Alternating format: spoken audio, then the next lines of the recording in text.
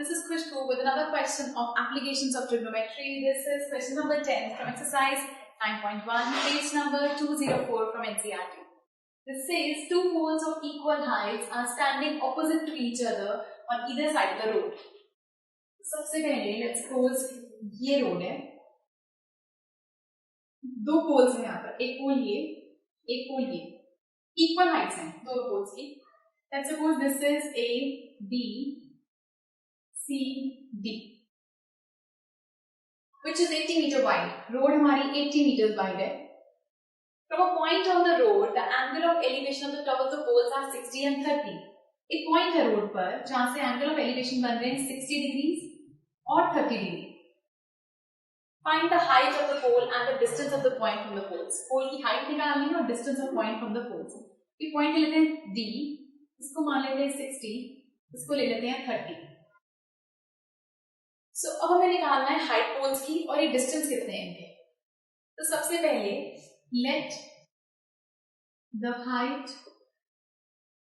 Of two poles be AB and CD, और दोनों equal हैं. हमें ये गिवन है AB is equal to CD. This is given because poles की हाइट सेम है. BC हमें गिवन है 80 मीटर्स. अब सबसे पहले इस ट्रायंगल में ABD में, इन ट्रायंगल ABD हमारे पास हमें चाहिए क्या, हमें चाहिए ये चीज और ये चीज. तो हम इनको यूज करते हैं परपेंडिकुलर और बेस को. तो tan का फॉर्मूला लगता है परपेंडिकुलर बेस के लिए या फिर cot का.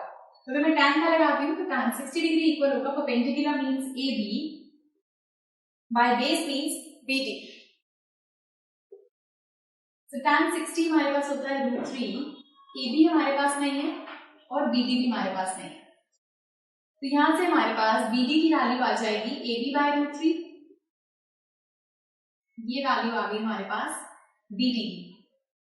सेम वे दूसरे ट्रायंगल में, in triangle C and sorry this is not AB, this is ABO because D हम ऑलरेडी लेबल कर चुके हैं. This is BO. तो यहां पर CDO में अगेन परपेंडिकुलर और बेस रिक्वायर्ड है. तो फिर से tan 30 का फॉर्मूला, परपेंडिकुलर है DC और बेस है OC. परपेंडिकुलर tan 30 की वैल्यू यहां पर होती है 1 बाय √3. DC हमें नहीं गिवन, OC हमें नहीं गिवन. तो यहां से हमारे पास OC की वैल्यू आ जाएगी DC इंटू √3 मीटर्स. ये आ गया आपके पास OC. अब हमें ये पता है कि हमारी AB और CD इक्वल है. तो अगर मैं यहाँ पर इसको CD की जगह पर इसको लिखूं AB, तो ये क्या बनेगा, OC इक्वल है AB √3 के. OC हमारे पास आ गया AB √3 सेंटीमीटर्स. AB √3 centimetres. और हमारे पास BC किसके इक्वल है, टोटल लेंथ BC इक्वल है BO प्लस OC.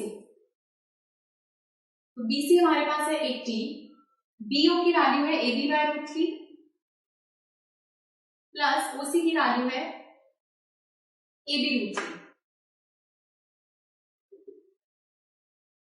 AB √3. यहां से अगर AB कॉमन निकाल दें तो ये बनता है 80 इज इक्वल टू AB, अंदर बचा 1 बाय √3 प्लस √3. तो यहां से हमारे पास आएगा 80 is equal to AB √3 1 plus 3. तो 80 is equal to AB into 4 by √3. इधर आ जाएगा तो ये बच गया 80 into √3 by 4 is equal to AB. हम इसे कैंसिल करेंगे तो आया 20. AB की वैल्यू हमारे पास आ गई 20 √3 मीटर्स. ये वैल्यू है आपके पास AB की. दैट मींस पोल्स की हाइट आ गई है 20 √3, दोनों इक्वल थे 20 √3. अब हमें चाहिए BO और OC की वैल्यू. तो हमारे पास BO यहां से इक्वल था AB बाय √3 के. AB की वैल्यू है 20 √3. AB की जगह हमने लिखा 20 √3 अपॉन √3 एज इट इज. ये कैंसिल हो गया तो OB आ गया हमारे पास 20 मीटर्स. तो ये अगर हमारे पास BO एक पोर्शन अगर हमारे पास आ रहा है 20 मीटर्स, तो रेस्ट ऑफ द पोर्शन हमारे पास कितना आता है? लेट्स सपोज दिस इज इसमें 60, थोड़ा सा एक्सटेंड कर देते हैं सो दैट ये साइड लंबी हो। तो हमारे पास ओसी कितना आएगा?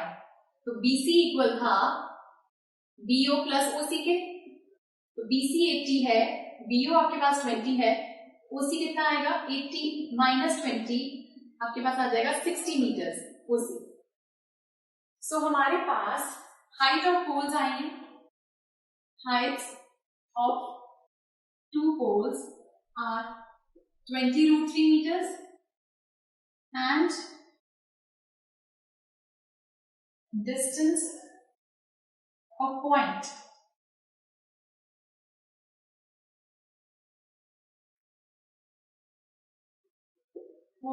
from the pole is 20 meter and 60 meters.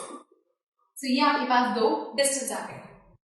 So this was 10th question from exercise 9.1 and do watch the next video for some more questions. Goodbye.